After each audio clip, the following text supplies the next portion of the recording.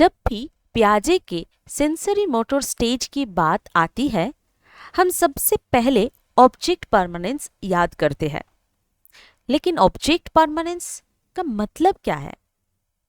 अगर आप एक 6 मंथ ओल्ड बेबी के सामने उसका फेवरेट टॉय छुपा दे, तो क्या बेबी उस टॉय को ढूंढेगा?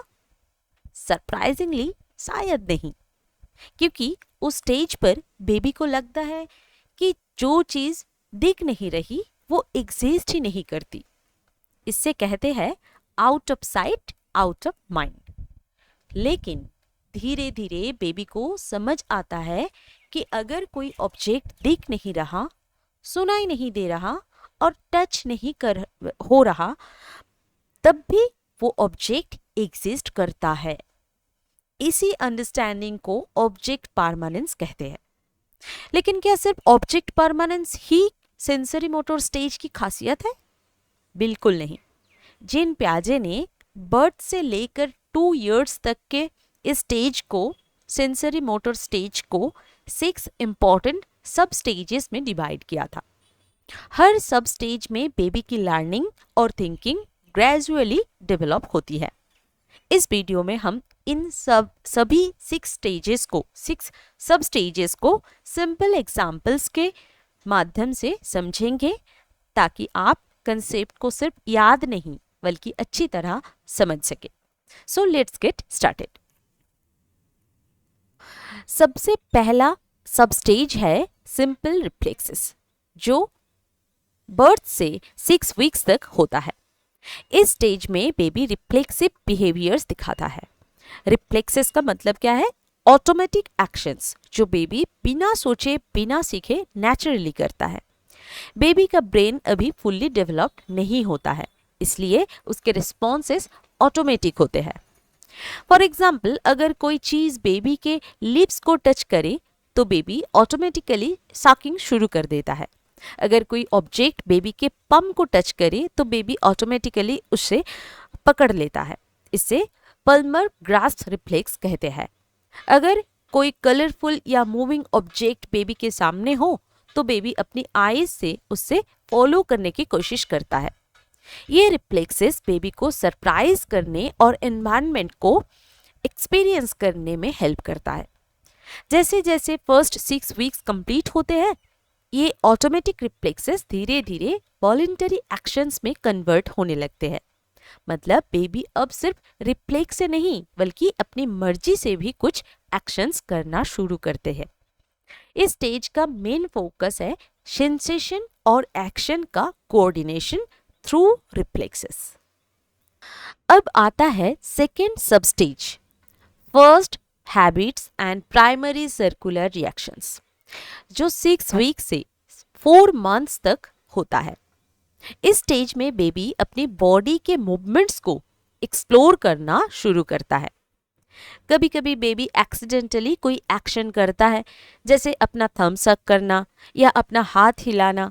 अगर उस एक्शन से बेबी को कंफर्ट या प्लेजर मिलता है तो वो क्या करता है, उसी एक्शन को बार बार रिपीट करता है। इसी रिपीटेड एक्शन को प्राइमरी सर्कुलर रिएक्शन कहते हैं। यहाँ प्राइमरी का मतलब है कि एक्शन बेबी की ओन बॉडी से रिलेटेड होता है, और सर्कुलर रिएक्शन का मतलब है कि सेम एक्शन को रिपीट करना, क्योंकि उससे उसको अच्छा फील होता है। साथ ही बेबी की कुछ रिफ्लेक्सेस धीरे धीरे हैबिट्स बनने लगती है। जैसे पहले साकिंग सिर्फ एक रिफ्लेक्स था, लेकिन अब बेबी अपनी मर्जी से थंब सक करना शुरू कर देता है। फॉर एग्जाम्पल, बेबी बार बार अपने हाथ को आंखों के सामने हिलाता है, थंब सक करता है या पैर हिलाता है, क्योंकि उससे ये सारे एक्टिविटी इंटरेस्टिंग और इंजॉयबल लगती है। इस स्टेज का मेन फोकस बेबी की ओन बॉडी होती है, एक्सटर्नल ऑब्जेक्ट्स नहीं।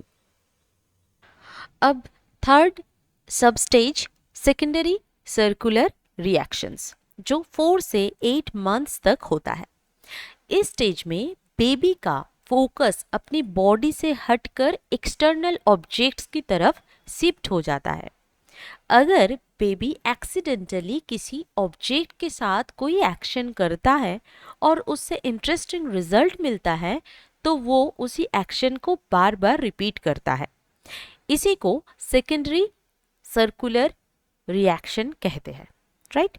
यहाँ सेकेंडरी का मतलब है कि एक्शन बेबी की बॉडी के साथ रिलेटेड नहीं बल्कि एक्सटर्नल ऑब्जेक्ट से रिलेटेड होता है।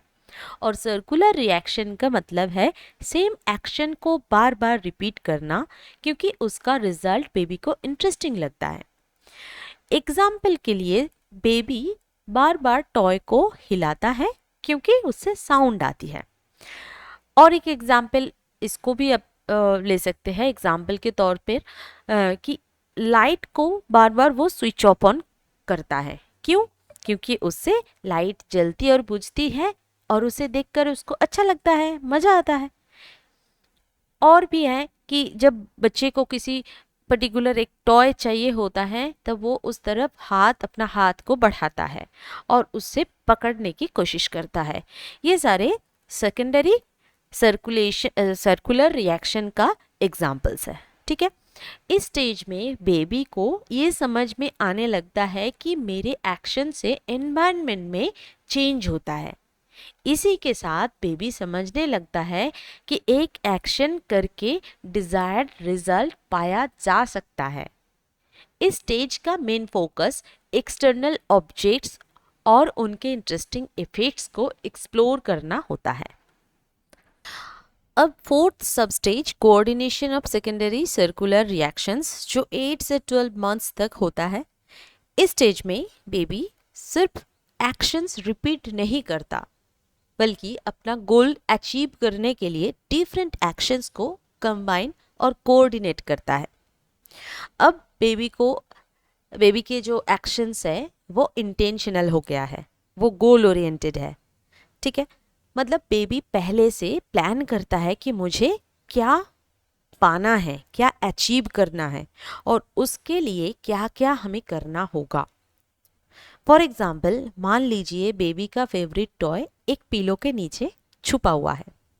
अब बेबी पहले पिलो को हटाता है और फिर टॉय को उठा लेता है। या अगर कोई ऑब्स्टेकल इस रास्ते में आ जाता है, मतलब उस ऑब्जेक्ट तक पहुंचने के रास्ते पे कुछ ऑब्स्टेकल आ जाता है तो उसको भी वो हटा देता है अपने हिसाब से और अपना डिज़ायर्ड चीज़ तक पहुंचता है। इस स्टेज में हैंड आई कोऑर्डिनेशन और प्रॉब्लम सॉल्विंग एबिलिटी ये सारे चीज़ें भी इम्प्रूव हो जाता है ना। तो इसीलिए क्या होता है, बच्चे को समझ में आता है कि एक गोल है और उस गोल को अचीव करने के लिए एक से ज़्यादा एक्शंस को सीक्वेंस में यूज़ करना पड़ता है ना।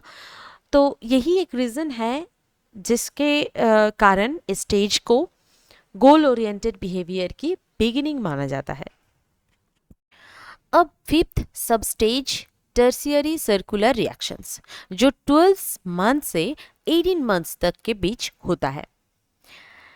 इस स्टेज में बेबी सिर्फ सेम एक्शन रिपीट नहीं करता बल्कि नए नए तरीके ट्राई करता है देखने के लिए कि क्या रिजल्ट मिलता है। इसीलिए इस स्टेज को यंग साइंटिस्ट स्टेज भी कहा जाता है। यहाँ टर्शियरी का मतलब है कि बेबी अपने एक्शंस में वेरिएशन लाता है और सर्कुलर रिएक्शन का मतलब है कि अलग अलग एक्शंस को रिपीट करके उनके रिजल्ट्स ऑब्जर्व करते हैं।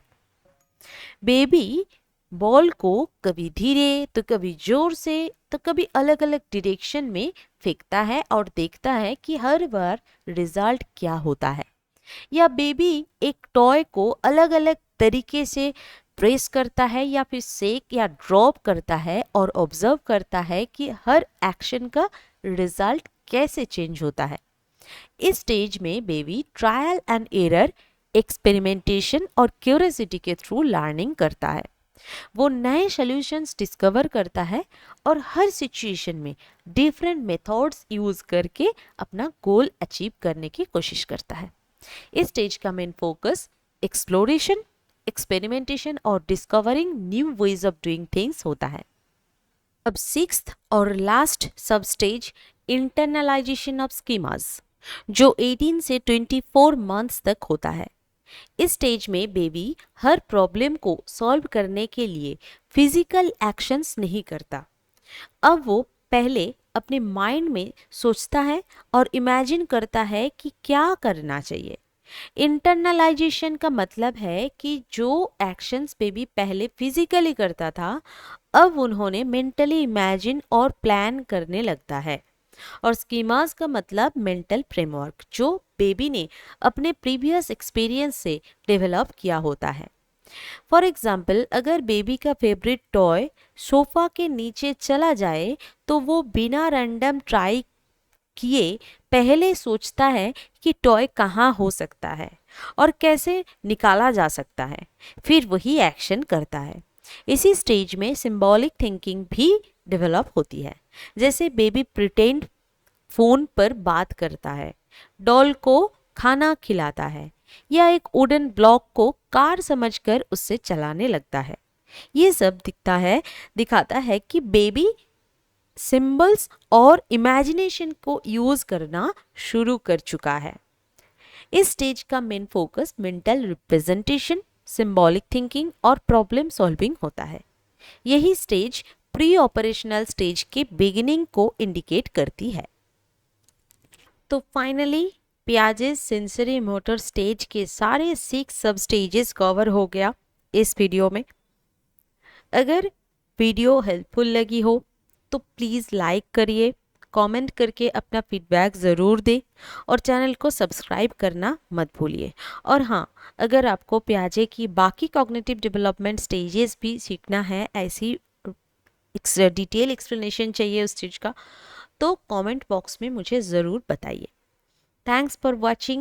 See you in the next video.